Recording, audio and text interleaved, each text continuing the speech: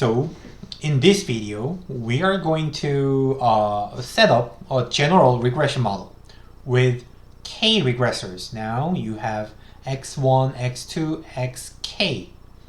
And I means ith observation. When you repeat the experiment n times, I is an index. I is the index for those repetitions.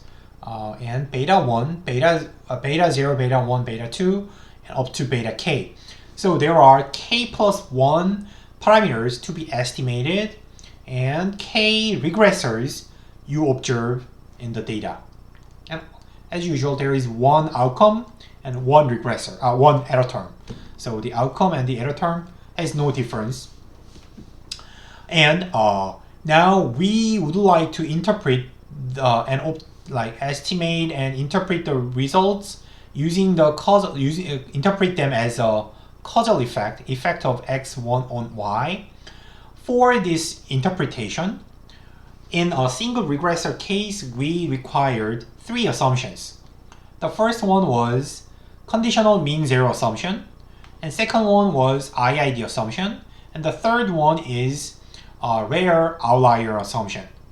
So those were the same. The first 3 assumptions are natural extensions from a single regressor case.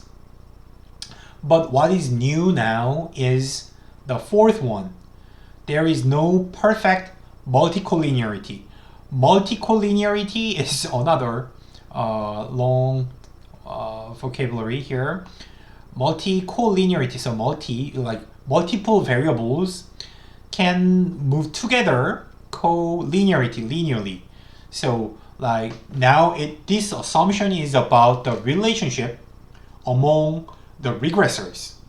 Not say first assumption is about the relationship between regressors and the error term, right? And however now we are looking at the fourth assumption is about relationship between say x1 and x2. So x1 and x2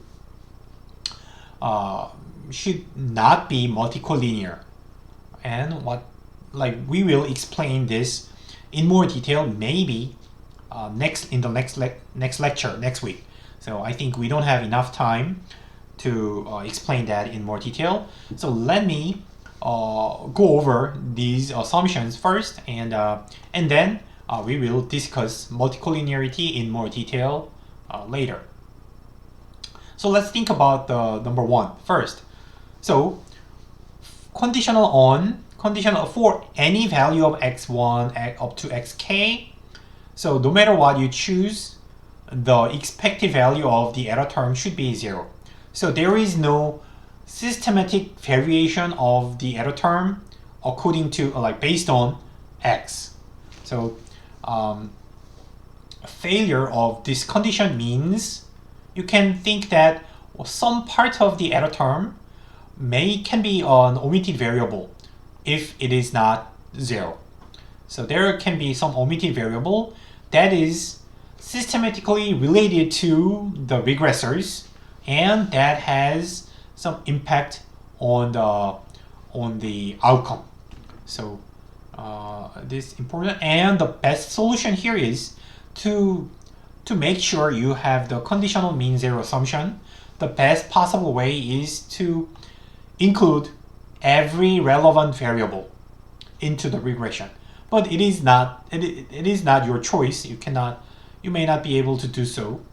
Then just second best is try as much as you can. So not the direct variable, but include some control variables for the ideal variable. The ideal variable may not be available.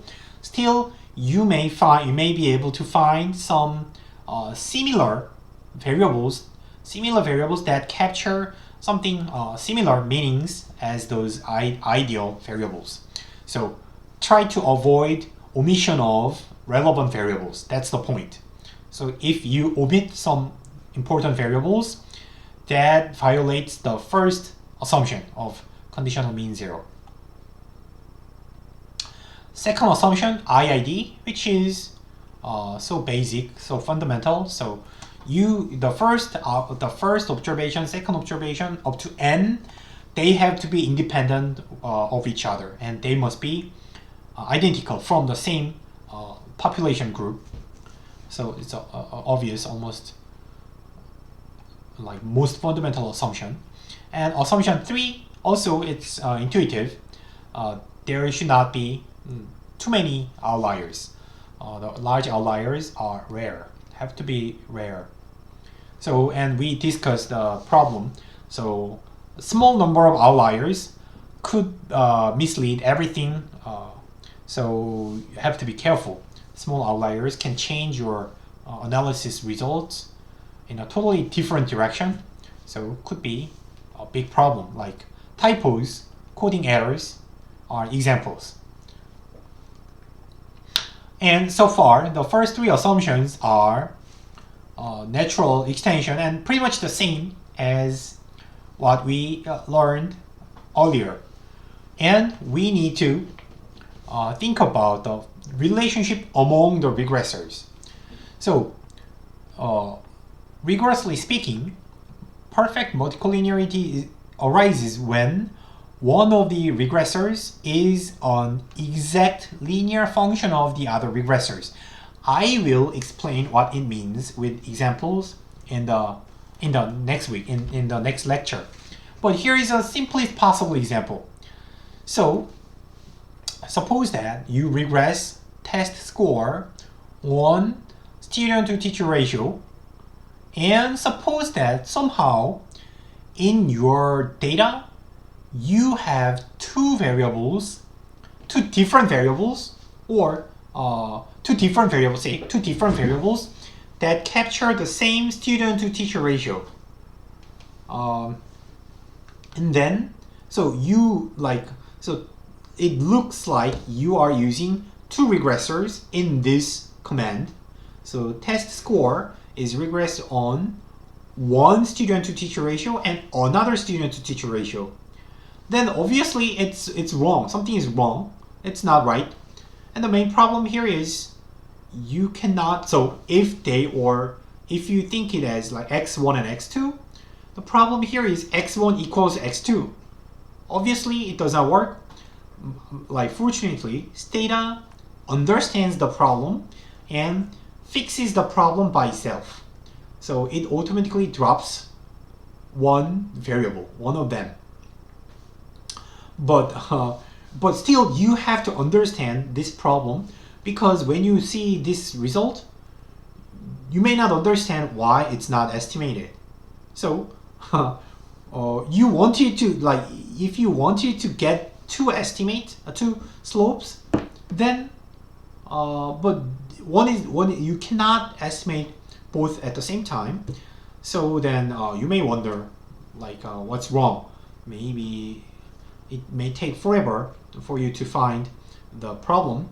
So so you need to understand what is the problem, and we will discuss what's the remedy to this problem. So a little more. So the perfect multicollinearity arises. The idea here is, so think about x1 and x2. We interpreted beta 1. The correct interpretation of beta 1 is that it is the effect of a change in x1 while you hold x2 fixed, constant. So change in x1 holding x2 constant. But in this case, can you do that? So if you hold x2 constant, x1 cannot change. Or when x1 changes, x2 should change. There is no way to hold it constant. So it's impossible. So from the definition of beta 1, interpretation of beta 1, it breaks down. You cannot estimate the change, ceteris paribus change of x1, because x2 follows x1. That is the multicollinearity, and it can happen in a tricky cases, in a different cases, which can be quite tricky. So we may spend a whole lecture on this topic. And then after under those assumptions, we can derive the sampling distribution. Again, you don't need to derive the sampling distribution. Still, you need to you need to understand the key ideas. First, the mean of the sampling distribution is the true parameter, which means your OLS estimator is unbiased. So your estimator is on average correct. Second, your variance, the variance of the estimator is inversely proportional to n. So as you increase your sample size, your estimator will be more accurate. And third, so the mean variance distribution is very complicated, but for large n, like if the sample size is large enough, then your estimator will be close enough to the true parameter by the law of large numbers. And also, this standardized difference between your estimator and its expected value will be standard normal distribution. As it says, there is nothing new. Like almost every, so beta hat will be calculated by stata, and standard error will be calculated by stata. So you don't need to memorize the formula, but have just key ideas in your mind, and then that will help you interpret what's going on, or what's going on in the regression model.